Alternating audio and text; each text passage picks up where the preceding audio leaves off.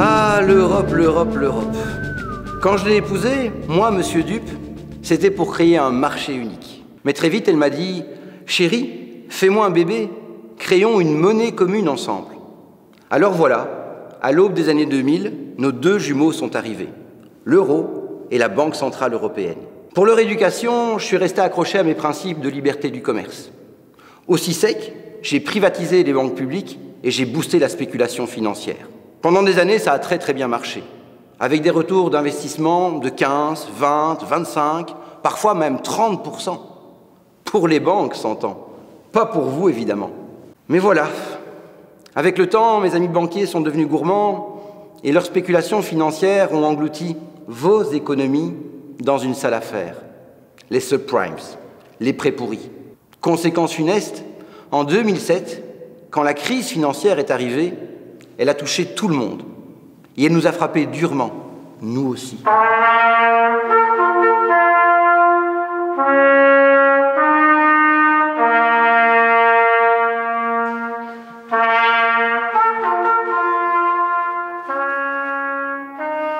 Logiquement, mes amis banquiers auraient dû finir en tôle, ou clochards sous un pont, fauchés comme les blés. Moi, le prince de la concurrence, j'aurais dû finir au musée des has-beens, dans la salle des politiques économiques qui ont complètement foiré. Mais faut pas déconner. Plutôt que d'assumer nos responsabilités, on a préféré appeler les gouvernements. Salut les amis, on est des banquiers incompétents et fauchés. Pendant des années, on s'en est mis plein les poches en jouant à l'économie casino. Mais voilà qu'on a tout perdu. Est-ce que vous pourriez éponger nos dettes privées avec de l'argent public? La suite de l'histoire, vous la connaissez. Les gouvernements ont pris votre argent et vous ont endetté pour nous sauver de la faillite. Bien sûr, ce n'était pas très moral. Alors, ils vous ont fait des promesses. Aujourd'hui, nous sauvons de méchants spéculateurs de la faillite, mais demain, nous lutterons activement contre l'évasion fiscale, les paradis fiscaux à l'étranger et la spéculation boursière. Oui, demain, chers électeurs, nous allons moraliser le capitalisme et remettre une muselière au marché financier. Comme je dis toujours, les promesses n'engagent que ceux qui y croient. Et moi, je crois que l'Europe a préféré m'écouter quand je lui ai proposé de bâtir une nouvelle gouvernance économique pilotée par 3 de mes amis.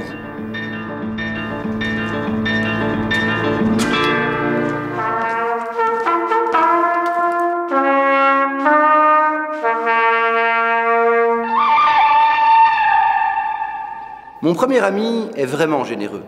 D'ailleurs, on l'appelle le bon. Il a créé une fondation, le Mécanisme européen de stabilité, financée par les États qui en sont membres.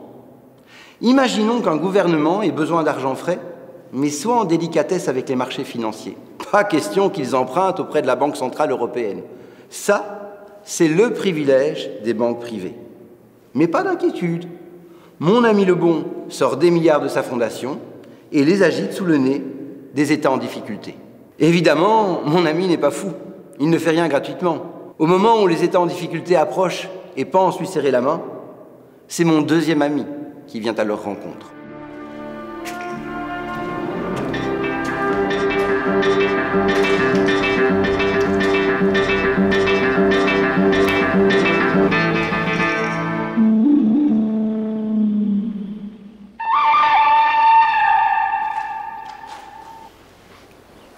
La brute est un poil moins sympathique. Il passe son temps à espionner les gouvernements nationaux, à examiner leur budget à la loupe, à voir si les décisions politiques qu'ils prennent sont conformes à nos intérêts. Son obsession prioritaire, c'est la compétitivité. Pour lui comme pour moi, le salaire n'est pas un moyen de gagner sa vie. C'est avant tout un coût de production qui nuit aux exportations. Qu'un gouvernement, poussé dans le dos par les actionnaires, fasse diminuer les salaires, et le voilà qui sermonne tous les autres pays pour manque de compétitivité. Grâce à ma belle Europe, la brute a également une arme redoutable, la règle d'or, avec laquelle je lui conseille de frapper vigoureusement tous les gouvernements qui osent afficher des déficits publics.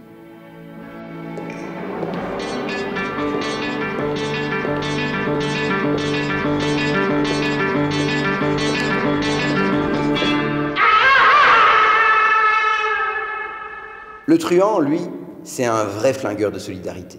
Si tu l'écoutes pas, tu dégustes. Son credo est multiple. Privatiser les pensions, raboter la sécurité sociale, dégraisser la fonction publique, vendre tous les services publics rentables au secteur privé. Les désirs du truand sont des ordres. Il oblige les États à suivre ses dictats. Quel que soit le choix des électeurs, tous les gouvernements lui obéissent. Vous vous souvenez de la Grèce ? En Grèce, depuis les plans d'aide européens, beaucoup de gens ont perdu leur boulot et fini à la rue. Ils n'ont plus droit au chômage et ne peuvent même pas se payer un médecin. C'est tragique, mais que voulez-vous ? On ne fait pas d'omelette financière sans casser des vieux, des chômeurs, des jeunes sans boulot et des travailleurs précaires. Voilà, j'ai fini de vous présenter mes amis, le bon, la brute et le truand. Et ce n'est pas un vieux film de Sergio Leone, mais ce que ma belle Europe a fait de plus novateur depuis la crise financière. Elle vous avait promis de moraliser le capitalisme ? Nous, on a préféré mettre la muselière aux politiques de solidarité et briser les pattes des finances publiques. Et que tous les dieux de Wall Street en soient loués, jusqu'ici, ça n'a pas l'air de vous révolter.